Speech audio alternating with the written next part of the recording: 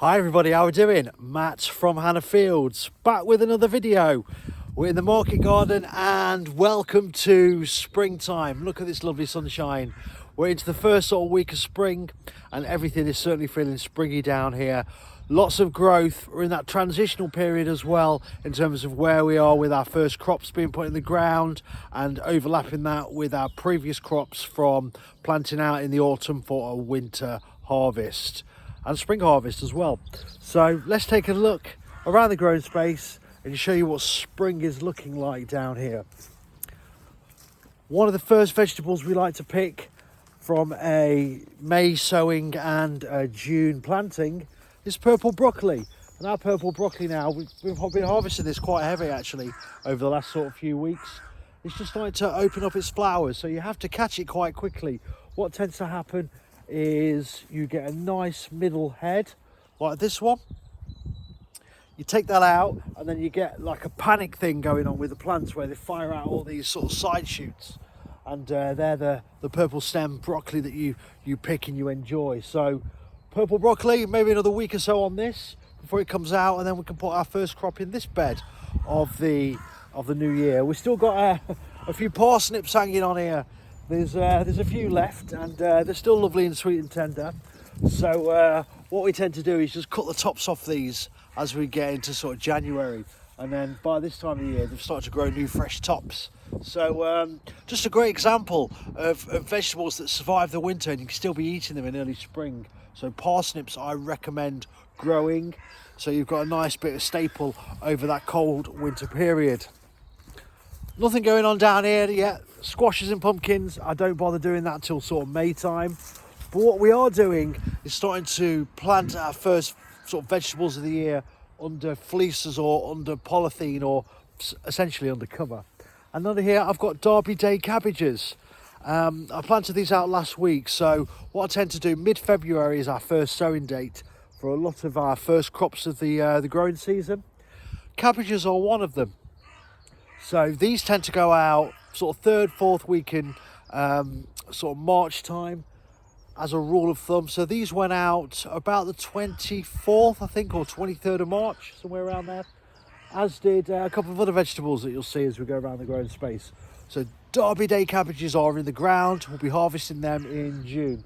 And when we get in the next sort of maybe 3 or 4 weeks, when we get to that period, I'll be taking the fleece off these to be well established, and I'll just put some mesh netting on to protect them from birds. Always keep your crops covered if you've got a bird population that's quite rich and heavy. Obviously we're in sort of Asia woodland and surrounding green areas, so we get a lot of pigeons and magpies and birds and all that jazz, so they will go after your brassicas if you don't cover them. Under here was a little cheeky snatch crop of spinach. So got the big hoops out. We're going to be putting kale in here in about 6 to 7 weeks time, but I thought, well, I've got some spinach plants, I might as well put them in. And yeah, they're doing all right. I mean, I don't really cover these as a rule of thumb. I'm not really bothered in terms of covering them with this material anyway. This is just to keep the birds off. If you're wondering why I've got ripped covers, but as you can see in there, the spinach is doing mighty fine, and give it a couple of weeks, that'll be ready to harvest. So yeah, spinach is a nice early one to get in. Again, mid-February sowing, and you can get that out sort of third, fourth week in March. Over the last couple of days, I've been getting our first crops in our main bed. So nothing to see under here. This is literally acting like a mini greenhouse. So it's polythene sheeting that you sort of put on polytunnels, if you will. And I've direct sown carrots under here. So this will trap the heat. Lovely sunny day today. So that'll trap the heat, and that'll help with the warming of the ground and the germination process. So I always tend to do carrots outside like this until they're sort of, maybe 3/4 of an inch, and then I'll put some sort of fleece on it like this, because it will be too hot with this on by the time they're sort of 2 inches. Even in this early part of spring, you'll get too warm for them. So just to help the germination process, so I recommend if you're direct sowing in the early part of March, use something like this polythene sheeting and it'll help the process out. Under here is our main crop of beetroot, which I planted out yesterday. Several hundreds of them. In fact, we'll have a little look while we're down here, just to give you an example of how sort of small I've planted them out. So as you can see, they're not very big, when they're sort of an inch or two, they're good enough to go out. And yeah, this will just keep the weather off them, so to speak, the wind, and also trap a bit of heat and help them grow along nicely. And again, when we get to the next sort of 6-7 weeks, what have you, I'll just put some nets on here, because sometimes birds can go for sort of sweet young tender beetroot leaves, and I certainly don't want that happening.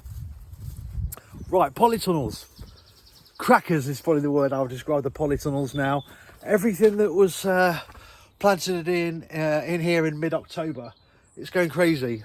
Some things are flowering, some things are coming into their last bout of growth, and so on and so forth. And we've got some new bits and bobs going on in here as well. So I always sort of direct sow a few cheeky lines of radish. These grow in about 60 days from sort of direct sowing to harvest. So it's normally the first crop you sort of sow and pick in the same year of spring. So yeah, if you've got a nice taste for radish, get them in, especially your polytunnels. They'll grow really quickly, and I don't tend to sow them again maybe until the autumn. I feel sometimes they go a bit woody over the summer, but if you're in a cooler environment, you might have more success. Frills, things like these Asian greens, these are coming into their own now, and these will start flowering soon. A few cheeky kales and some salads that have been overwintering. Yeah, they're doing great. And this is, if you're wondering, it's garlic. We plant garlic all around the sides in sort of mid-October, and we tend to get this garlic inside 2 or 3 weeks earlier than our outdoor sowing. And yeah, it's nice to compare the growing environments as well. Coriander, that's coming into its own now. Again, that's got to rise up and flower, which is normal. Lemon balm, this is just starting to come alive. It sort of dies down in the winter and starts to grow again as we get into March. So I always keep some hardy herbs inside, which is always good. All these wonderful yellow flowers, I'm leaving them in for our birds and bees. Bees. I don't know why I said birds. It's because I can hear the birds, I think. And also for seeds. So as you can see, seed pods are forming here, and these should pretty much go to seed, and I'll be able to harvest them before I put the cucumbers in. So I'm hoping that time overlap is going to be on point for us. Some young rainbow chard we planted in October. These are sort of going for it now. So all these crops you'll benefit from now if you plant them in October. Our kales, they're just starting to rise up, which is normal. We've been just starting to harvest these now. But you get these little stems from the sort of flower section of the plant. But these act like little sort of tender stem broccolis almost. If you want to, don't waste them, eat them. It's another crop, another vegetable essentially. So you kind of get a 2 for 1 with your kales. And yeah, if you just steam these for a few minutes, they're lovely, and they're lovely and tender. Spring onions, again, these are things that you can be planting as you get into late September, early October, and you'll benefit from them now. So we're harvesting our spring onions. And our lettuces, these are for heading up. These are Winter Density and Valador. They're the 2 main sort of lettuces we grow, if you want to know the names of them. And again, you're just going to benefit from having them, in your polytunnels in that mid-October period. You're going to be having food now, especially if you come into that sort of hungry gap. So something to consider. And when you've got gaps, always try and fill them. So more radishes here. So these are all sort of growing in a companionship way, and they're not interfering or causing any harm to each other. Spinach is another one that I always recommend growing in sort of the winter and autumn period, because you get that bout of growth now. I mean, look at this. This is so bountiful, and this is all from September sowing that we planted in near mid-October. So that part of the year for me is really crucial, of benefiting from that work you put in there now at this time of year, when things that you've planted in the ground aren't quite ready yet. You need that overlap, you need that, like say, that hungry gap to be as short as possible.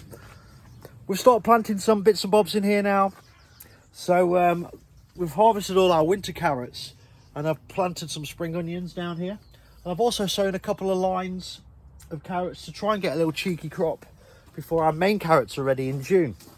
So again, the benefits of indoor structures. So if you've got a greenhouse or a polytunnel, there's no reason why you can't be doing this. I mean, look, these carrots are coming through lovely now, so I'll start thinning these out in the next couple of weeks. Peas, I always do peas indoors first. I just feel you get that extra couple of weeks on your harvest as opposed to outdoors. Yeah, and these are starting to grow now, so that's lovely. Similar crops over here as the main poly. You know, we've got beautiful kales and spinaches, rainbow chards, frills again rising up. So there's a lot of food here that you can, you know, grow at this time of year. So if you've got polytunnels and greenhouses, as I always say, fill them up as you get into October. And yeah, I've just noticed as well, actually, I'm sure I did, our grape is, yes it is, the grape is starting to bud, which is lovely because that means we're going to have some delicious grapes, hopefully in abundance again this year. Rhubarb starting to come alive. This is a rhubarb that we sowed from seed and planted it out last year and didn't pick it, just let it establish itself, and now it's really going for it. So hopefully we'll benefit from that rhubarb this year, which is fabulous. The pond bed, as we call it, not too much happening here. Some leftover Spanish radish from the autumn. I've left them in to see if they will essentially give us a bulb or they're going to flower. So it's a bit of an experiment. And as you can see here, spring onions. I'm letting these go to seed as well. I've never sort of, you know, harvested seed from spring onions, so there's quite a few here. So I'm leaving them in to see if I can get that seed harvest before I put our beans in sort of end of May.